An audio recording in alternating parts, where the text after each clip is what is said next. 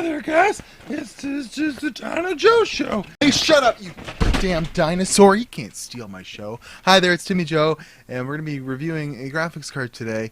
Not unlike the dinosaurs, it's starting to go extinct. Or did go extinct. That makes no sense whatsoever. So it's Timmy Joe. We're going to read the GTX at 680.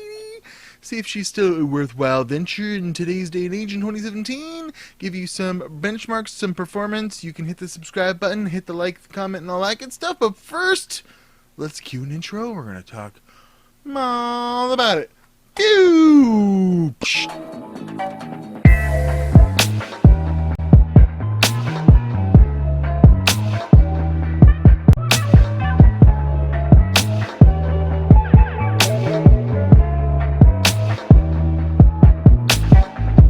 Don't worry, dinosaur, we still love you. We're just going to turn you into fossil fuels. So, this is a video card, and I have it. This is one of the only ones I still have that I can actually physically put in the video and progress it. I'm using it as the main video card in my media center computer. You know, runs my my main TV. I've actually been playing Grand Theft Auto with it, so I'm pretty familiar with its performance. And I gotta say right off the hop, if you're not overclocking this thing, you're losing out. You can get like 20% better power out of this thing, like more raw performance, if you just overclock it. Mine goes to 1200. This thing has a base of 1 gigahertz, and some of the overclock variants go from like we'll say 1050 to 1137. Apparently one of the wind force variants of this one is the good one to get if you're getting just a 680. Yeah, if you're talking the original specifications, this is a gigahertz rough, 1006 megahertz, boosted up to 1058, and it had 1536 CUDA cores, or it does still have, I should say. But the thing with this is it had very high-speed memory. It has a 6 gigabit bandwidth, which is pretty crazy, and this is only a 2 gigabyte edition, so there are definitely better variations of this that you can get. You can get the 4 gig edition, you know, with a non-reference cooler. You're probably doing a lot better than me, but like I said, with overclocking this thing to about 1200, I can actually get 1240 out of mine, and another 300 megahertz on the memory bandwidth.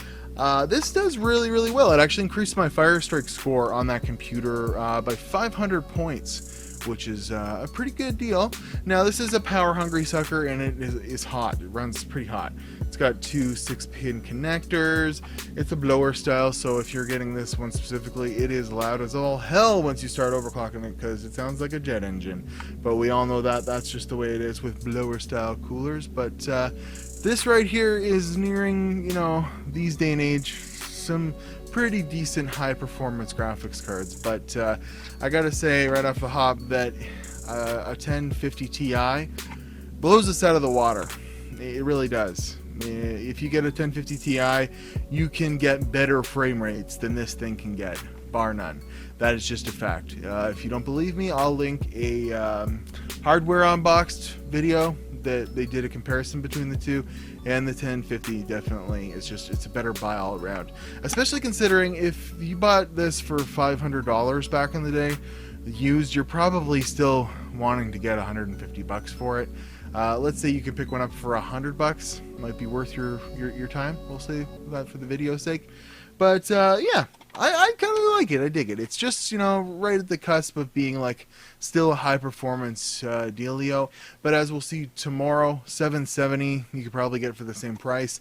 It definitely outperforms this. A 770 is probably just a little bit better than a 1050 Ti these days.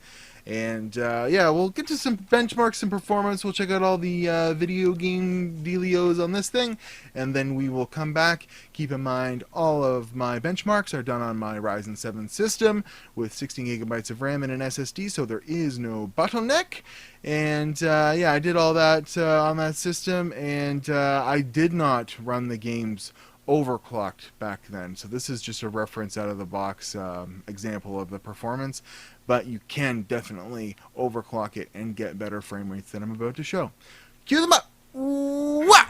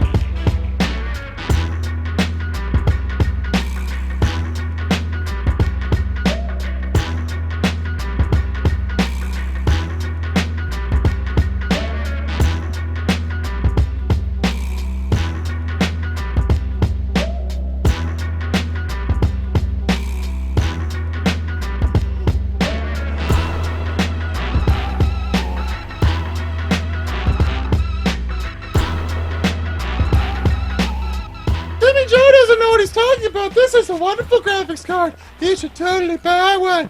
Shut up, Dino. You're beautiful. Mwah. What do me and Dino have to say about this in conclusion?